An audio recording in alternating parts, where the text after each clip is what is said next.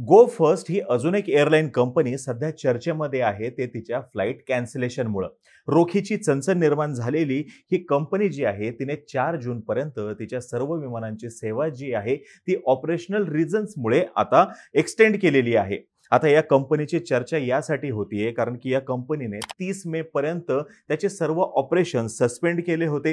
30 मे पासून ते सुरू करतील अशी अपेक्षा होती, पण आता ते त्यांनी एक्सटेंड करून 4 जून पर्यंत केलेले आहे. या कंपनीने 3 मे पासूनच तिकीट्स देणं सुद्धा बंद केलेलं होतं. यासोबतच स्वेच्छेने दिवाळखोरीसाठी त्यांनी अर्ज सुद्धा केलेला आहे. सध्या कंपनीला स्वतःचा रोजचा जो खर्च आहे तो सुद्धा चालवणं कठीण झालेलं दिसून आलेलं आहे. गेल्या काही वर्षांवरती जर का आपण नजर टाकली तर भारतातील एअरलाईन कंपन्या ज्या आहेत त्या आर्थिक अडचणीमुळे बंद तरी पडल्या किंवा या कंपन्यांना दुसऱ्या कोणत्या तरी कंपनीने अक्वायर केलेलं आहे.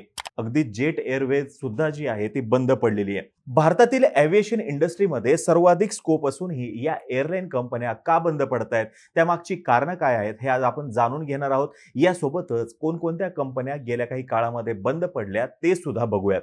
नमस्कार, मी अरुणराज जाधव बोल व्हिडिओवरती तुम्हा सर्वांचं अगदी मनापासून स्वागत करतो. भारतामध्ये गेल्या काही वर्षामध्ये Jet Airways, Kingfisher Airlines, Air Costa, Sahara Airlines, Air Deccan जे आहेत या बंद पडलेल्या आहेत. तर सरकारची एअर इंडिया जी आहे ही तर सरकारने विमानांसहित टाटा ग्रुपला लिलावाद्वारे विकलेली आपण पाहिलेलं आहे. सगळ्यात जास्त गडबड डोमेस्टिक एअरलाईनच्या मार्केटमध्ये झालेली आपल्याला दिसून येते. आर्थिक अडचणी हा या सर्व कंपन्यांसमोरचा कॉमन फॅक्टर आहे. वाढती स्पर्धा यासोबतच वाढलेली ऑपरेशन कॉस्ट यामुळे अडचणी निर्माण झाल्याचं या क्षेत्रातल्या तज्ज्ञांचं मत आहे. सर्वाधिक पोटेन्शियल असलेलं मार्केट असूनही, जगातील तिसरं सर्वात मोठं मार्केट असूनही आणि फास्टेस्ट ग्रोइंग मार्केट असूनही कर्ज मिसमॅनेजमेंट यामुळे ज्या वेगाने या कंपन्या विस्तारलेल्या दिसत आहेत तितक्याच वेगाने त्या क्रॅशलँड झालेल्या आहेत आणि काही ज्या आहेत दुसऱ्या कंपन्यांद्वारे अक्वायर केल्या गेलेल्या दिसत आहेत. सध्या गो फर्स्ट विषयी सांगतो. गो फर्स्टला आधी गो एअर असं म्हणलं जायचं. या कंपनीची मालकी आहे वाडिया ग्रुपकडे.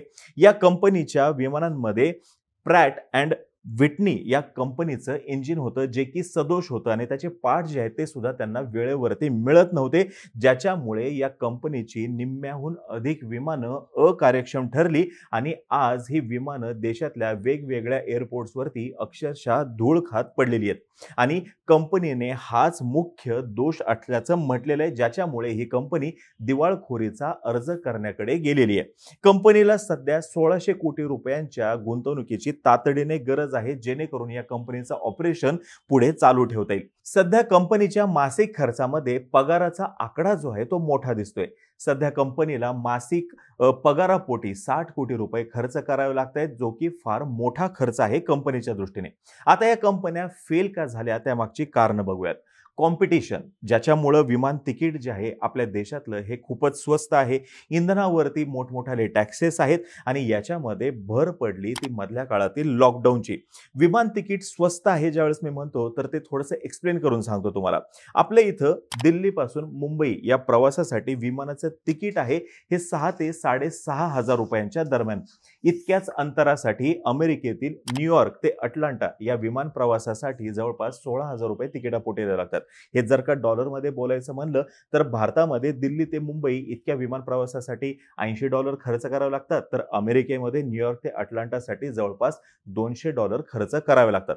यासोबतच काही राज्य जे आहेत ते विमानाच्या इंधनावरती 30% टॅक्स घेतात आणि इथेच खरं तर विमान कंपन्यांसाठी सगळ्यात मोठी गडबड आहे, कारण की बहुसंख्य विमान कंपन्यांसाठी हा सगळ्यात मोठा खर्चाचा त्यांच्यासाठीचा आकडा आहे आणि अर्धा खर्च जो आहे त्यांचा एकूण एक्सपेन्स मधला तो फ्युएल मध्ये जातो असं म्हटलं तरी सुद्धा चालेल. इंडिगो कंपनी सारखे मोठमोठे प्लेयर्स जे आहेत हे प्रतिस्पर्धी कंपन्यांच्या रूटवरती अगदी स्वस्तामध्ये विमान सेवा पुरवतात आणि ज्याच्यामुळे ग्राहकांकडून इंडिगोच्या विमानांना पसंती दिली जाते आणि मग इतर कंपन्या ज्या आहेत त्या बिझनेस करण्यासाठी स्ट्रगल करताना दिसतात. हे अगदी जिओ सारखं आहे बघा. म्हणजे सुरुवातीला सवय लावायची आणि मग मार्केट जे आहे मार्केटमधलं कॉम्पिटिशन पूर्णपणे संपवायचं, त्याच पद्धतीची ही स्ट्रॅटेजी दिसते. अजून एक महत्त्वाचा फॅक्टर आहे तो म्हणजे डॉलरच्या तुलनेमध्ये रुपया घसरल्याचा फटका या इंडस्ट्रीला मोठ्या प्रमाणात बसलाय. खूप साऱ्या कंपन्या या परदेशामधून विमानं भाडेतत्वावरती घेतात आणि मग या विमानाचं भाडं त्यांना डॉलर रूपाने द्यावं लागतं आणि 2019 पासून डॉलरच्या तुलनेमध्ये रुपया 20% अधिकने घसरलेला आहे, ज्याचा या कंपन्यांना फटका बसलेला आहे. मॅनेजमेंट हा सुद्धा फार मोठा फॅक्टर ठरलेला आहे काही कंपन्यांसाठी. हेल्दी कॅश फ्लो मेंटेन करणं यासोबतच कर्ज मॅनेज करणं हे मॅनेजमेंटचं काम आहे आणि ते जर का व्यवस्थित झालं नाही तर पुढच्या सगळ्या गोष्टी ज्या आहेत त्या चुकत जाणार आहेत, जे की वाडिया ग्रुप संदर्भात सुद्धा घडलेलं दिसतंय आपल्याला, किंगफिशर एअरलाइन्सच्या संदर्भात सुद्धा घडलेलं दिसतंय.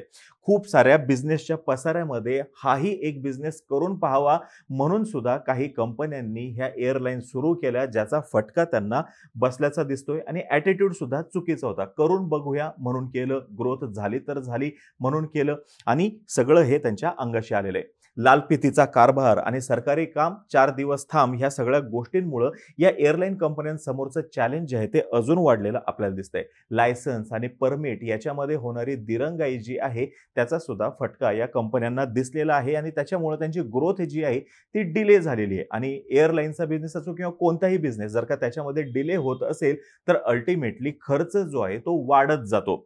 यासोबतच आपल्या इथं जे विमानांसाठी किंवा विमानतळांसाठीचं जे आहे इन्फ्रास्ट्रक्चर ते तितकं अजून अत्याधुनिक झालेलं नाहीये म्हणा किंवा अप टू डेट झालेलं नाहीये. एअरपोर्ट जे आहेत हे कंजेस्टेड आहेत, ट्रॅफिक याचं मिसमॅनेजमेंट आहे. म्हणजे खूप साऱ्या जणांना अनुभव असा आला असेल बघा की विमान आता लँड होणार आहे तरी सुद्धा विमान 1-2 घिरट्या घालतं आणि नंतर एअरपोर्टवरती लँड करतं. म्हणजे हे होतं कशामुळे तर ट्रॅफिक कंट्रोलच्या मिसमॅनेजमेंटमुळे. हे सर्व मुद्दे जर का आपण कन्क्लूड केले तर हे असे मुद्दे निघतील की आर्थिक अडचण तर आहेच, मिसमॅनेजमेंट सुद्धा आहे, यासोबतच फ्युएलवरती मोठ्या प्रमाणात टॅक्सेस आहेत, कॉम्पिटिशन आहेत, गव्हर्नमेंटच्या पॉलिसीज ज्या आहेत याही याच्यासाठी कारणीभूत आहेत. भारतातील वाढती मध्यमवर्गीयांची संख्या, त्यांचं वाढतं उत्पन्न, वाढती खर्च करण्याची क्षमता यामुळे 2027 पर्यंत एअर ट्रॅव्हलर्सची आपल्या इथली संख्या जी आहे ही 40 कोटीच्या घरामध्ये जाईल आणि येत्या वर्षभरामध्ये भारतामध्ये 10,000 पायलट्सची गरज निर्माण होणार आहे अशी सरकारची आकडेवारी आहे. आता हे सर्व आकडेवारी आश्वासक असूनही विमान कंपन्या तोट्यामध्ये आहेत. मागे मंत्री महोदय जयंत सिन्हा म्हणाले होते की cost of air travel in India is ₹5 per kilometre equivalent to auto fares. म्हणजे ऑटो रिक्षासाठी जितकं भाडं आहे कदाचित त्याच लेवलचं भाडं आपल्या इथं विमान कंपन्या घेत आहेत असं त्यांना याच्यातून म्हणायचं होतं. आता काही कंपन्यांवरती नजर टाकूयात. जेट एअरवेज एकेकाळची ही सर्वात मोठी प्रायव्हेट एअरलाईन कंपनी होती. आर्थिक अडचणींमुळे 2019 मध्ये ही बंद पडली. या कंपनीवरती तब्बल 18,000 कोटी रुपयांचं कर्ज आहे. मागील वर्षी ही कंपनी परत एकदा तिच्या सेवा सुरू करणार होती, पण कंपनीचे मालक यासोबतच कर्ज पुरवठादार आणि जे नव्याने या कंपनीमध्ये गुंतवणूकदार आलेले आहेत या सगळ्यांमधील मिसमॅनेजमेंटमुळे ही कंपनी अजूनही तिचे ऑपरेशन सुरू करू शकलेली नाहीये. पुढचा जो नंबर आहे तो म्हणजे किंगफिशर एअरलाइन्सचा. सलग क्वार्टर्समध्ये तोटा झाल्यानं 2012 मध्ये विजय मल्ल्याच्या या कंपनीला टाळं लागलं आणि नंतर तुलनेने छोट्या एअर डेक्कनमध्ये या कंपनीचं विलिनीकरण झालेलं आपल्याला दिसून येते. एक वेळ अशी होती की किंगफिशर एअरलाइन्स ही सर्व ग्राहकांसाठीची प्रथम पसंती होती, पण उत्पन्न आणि खर्च याचा मेळ न लागल्यामुळं ही कंपनी तोट्यामध्ये गेली. सध्या Vijay Mallya यांच्यावरती state bank of इंडियाचं 9,000 कोटी रुपयांचं कर्ज आहे आणि हे कर्ज न फेडता आल्यामुळे विजय मल्ल्या यूकेला पळून गेलेले आपल्याला माहिती आहे. नंतर क्रमांक लागतो तो म्हणजे एअर कोस्टाचा. नोव्हेंबर 2019 मध्ये लो कॉस्ट एअर कॅरियर असं बिरुद मिरवत ही कंपनी जी आहे मार्केटमध्ये आलेली, दिवाळखोरीमध्ये निघाली आणि या अगोदर जून 2017 मध्ये DGCA ने यांचं फ्लाइंग लायसन्स जे आहे ते सुद्धा सस्पेंड केलेलं होतं आणि अल्टिमेटली ही कंपनी आता बाजारामध्ये नाहीये. सहारा एअरलाइन्स ही सुद्धा आपल्या इथली फार महत्त्वाची कंपनी 1991 मध्ये सुरू झाली होती. एक वेळ अशी होती की मार्केटमधला 12% हिस्सा या कंपनीकडे होता, पण नंतरच्या काळामध्ये म्हणजे 2007 नंतर कंपनीला आणि सुब्रतो रॉय यांना घरघर लागली आणि 340 मिलियनला जेट एअरवेजकडे ही कंपनी सुपूर्द करण्यात आली. म्हणजे जेट एअरवेजने ही कंपनी ॲक्वायर केलेली आपल्याला दिसते. यासोबतच Vayudoot, Modiluft, Damania Airways, Paramount Airways, MDLR Airways, Air Pegasus, Archana Airways, Air Deccan, Air Mantra, Indus Air यांसारख्या कंपन्या सुद्धा भारतामध्ये इंट्रोड्यूस झाल्या आणि नंतर लवकरच या कंपन्यांनी त्यांचा गाशा गुंडाळलेला आपल्याला दिसतोय. एअरलाईन कंपन्यांसमोरचं संकट फार मोठं आहे, पण त्यातल्या त्यात मिसमॅनेजमेंटचा फटका हा सर्वच कंपन्यांना बसलेला आपल्याला दिसून येतोय.